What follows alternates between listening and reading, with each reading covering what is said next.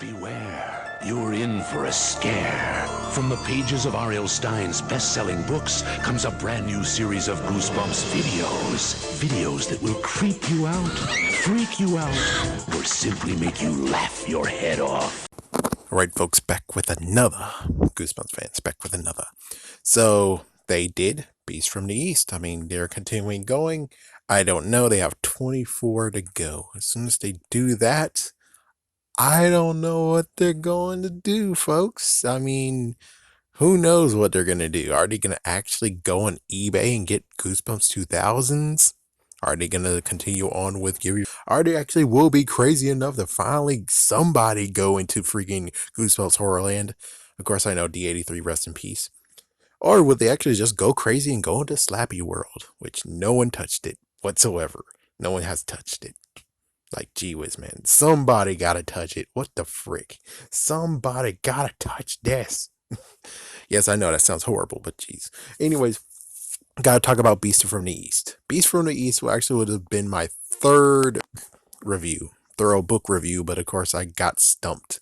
It's like, yeah, after the second one got screwed over, thanks, Window Movie Maker, you suck. Could you guys at least allow me to freaking... Anyways, besides that, the second one's now lost forever. Thanks a lot. The third one would have been Beast from the East, but of course I hit a snag because, guys, I hate reading. I hate reading so much. And then I have to read and take notes.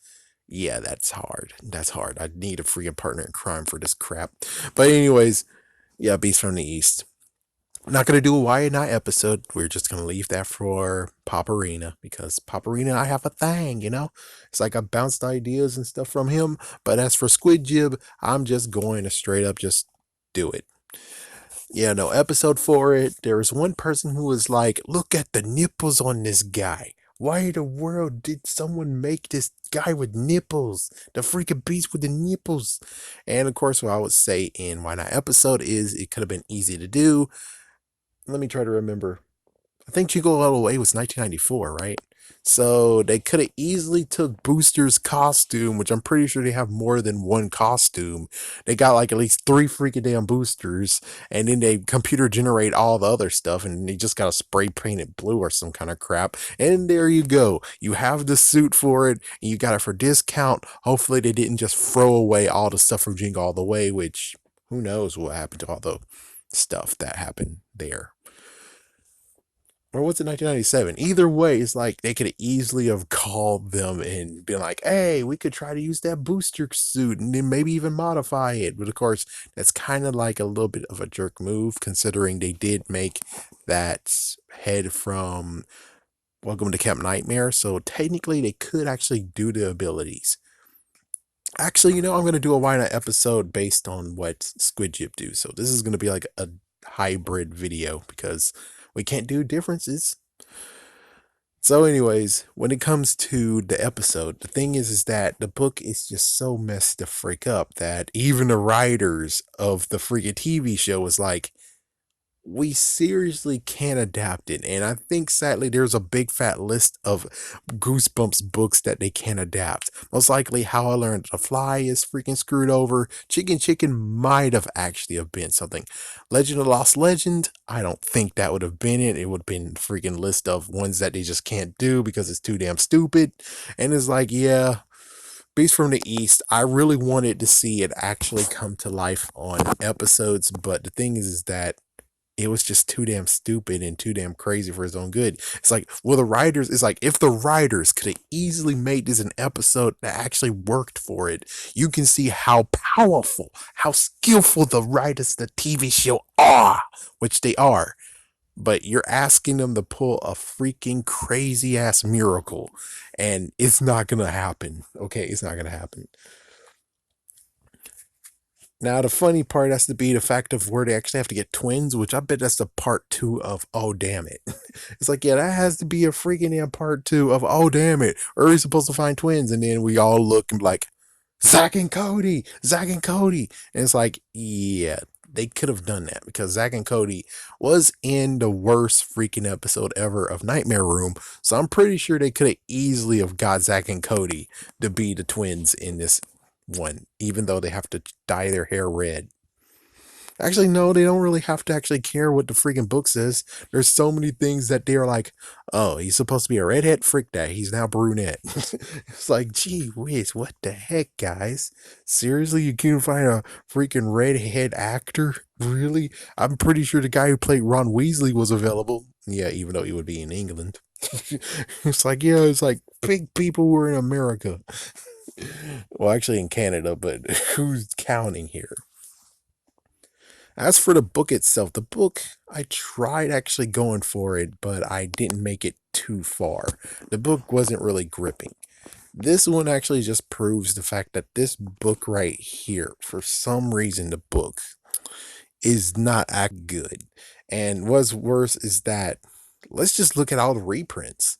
They reprinted so many of the books, and yet, they didn't do all 62, most likely because they're like, shame, shame, shame. Yeah, so there's many of the books that are out there that most likely won't ever have a reprint. I'm pretty sure it won't. Sadly, the movie is maybe gone. I think the movie franchise is gone. I don't think they're actually planning on doing the third one. But of course, there is still hope. But I'm just saying, if there isn't any more movies, there won't be any reason why to do reprints of the books. I'm just saying. So it's like, good lord. Of course, just because they weren't reprinted yet doesn't mean that they actually would have just been like, you're on the blacklist. And there's many books that actually would have been on the blacklist. Again, like I said, the ones that won't actually turn into an episode are definitely on the blacklist. And I have no idea. I think it was like 37. Did someone say 37 of the books were done? And then maybe it's like two more or more. So it's like, yeah, so it's like at least 39. So they have close to half of the books, more than half of the books actually done. But the crazy part is like, well, are they going to do the rest of them? Are they going to wait for the third movie? Even so, it's like, the sad part about it is that the second time when they had the movie, they only released 4 new books. 4, in quotations, new books that are reprinted. Just 4 of them. And it's like, it's because they didn't really have anything to give us. Yeah, it's like they didn't really have anything to give us. And yes, there was 3. There was 3 because it was Haunted Mask 2, The Headless Ghost, Haunted Mask 2, Ghost. Crap, there was a third one. And of course, Bride of a Living Dummy. I forgot what the fourth one was. What was that one? I think technically it was 3. Dang it. I thought it was 4, but it might be 3. Even so, you can see that there's an issue right now. There's like multiple issues when it comes to Goosebumps and Scholastic and how you're handling it and allowing Sony to take responsibility for the freaking movie. It's like, yes, Sony, they shouldn't have been trusted, man. They so shouldn't have been trusted. You should have, if you're gonna trust Sony, you should have at least brought the ones who were responsible for the show back again. Protocol, was it Protocol Entertainment or Parachute Entertainment? Either way, it's both of them. Either way, they needed to be involved with this movie. If they were involved with the movies, pretty sure it would have actually worked out more decently than everything. It's like, yeah, they didn't even go to. They had Oral Stein cameo, but he wasn't a part of the movie, was he? He wasn't actually truly were able to give words of advice or some extra stuff, extra insight. That actually is like, yeah, I meant to put that in a book, but I forgot. But Beast of the East, I really hoped that it would have been an episode. That was like one of the ones I hoped was an episode because I didn't really want to read the book. But considering how crazy the book is and how what the heck, and not to mention like the whole, because Paparina, he's not mentioning anything about Ghost Riders. He hasn't gotten to that point yet.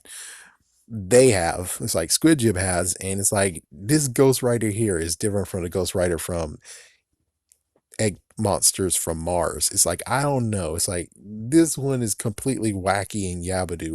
Who knows what this person was? Was he on drugs? It was like, and if he was on drugs, then that means the demented one might be the same one that was writing this one too. He's on different type of drugs, and it's like, what the frick? It's like either that or, not to insult, but R.L. Stein says he comes with up an idea, then he does his usual thing of figuring out stuff, and he just continues on to the point of where the book is finished. And he's like, done.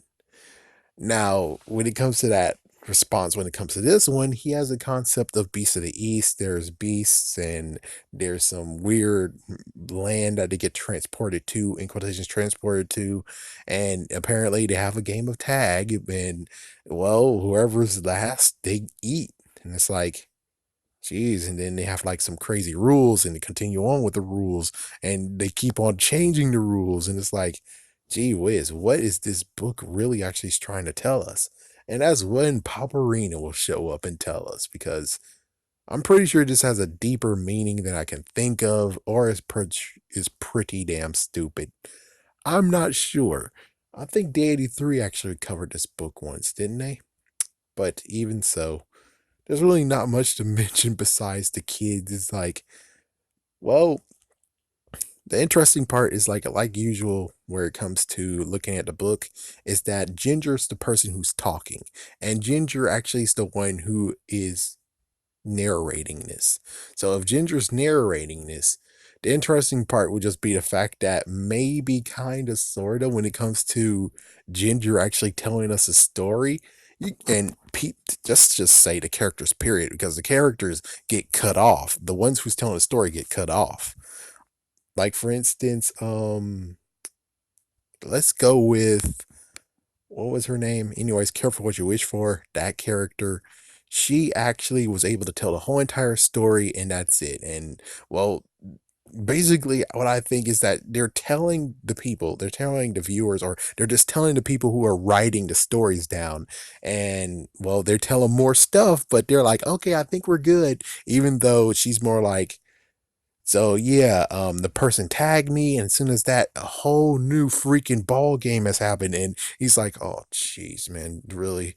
It's like, I have enough for the book. I have enough to actually tell people about your good story. We don't need the second part of the story, but you need to know. It's like, yeah, but we're gonna cut it at, he's saying he's a level 3 too. We're gonna cut it there. It's like, yeah, but listen, we had to freaking struggle again to freaking get the freak out of there. And what's even worse is that we did some messed up crap, and now we're level 5. And I did the best thing ever of being like, oh, we're level 1. And the freaking thing is like, oh my gosh. And at least we finally got back and got the fuck out of there. It's like, gee whiz. Oh man. But yeah, that's a new concept to think about, is that there's just sometimes where the people who actually, let's just say in quotations people, because I'm just doing the whole thing of, these are actual people telling us their story. The best part is that there's more to the story that we know, and it's cut off. It's like even the juicier details is cut off, like Night of Living Dummy. Is he dead, slave? And it's like, okay, we're done here. And it's like, wait, but you need to know what we did to him, so no one actually goes to it. It's like, we're good. That's the funniest part ever, being like, it's like, you guys put Slappy in the freaking pawn shop, and the dumb freaking idiot who was telling your story decided to just say, we're good. And it's like, they should have, have a scary day, have a scary night. Oh my gosh, these writers who are listening to the characters and writing crap and being like, okay, we're good. We're going to stop it right there. Okay. It's like, my goodness. Like, really, guys, you need to allow them to finish the story.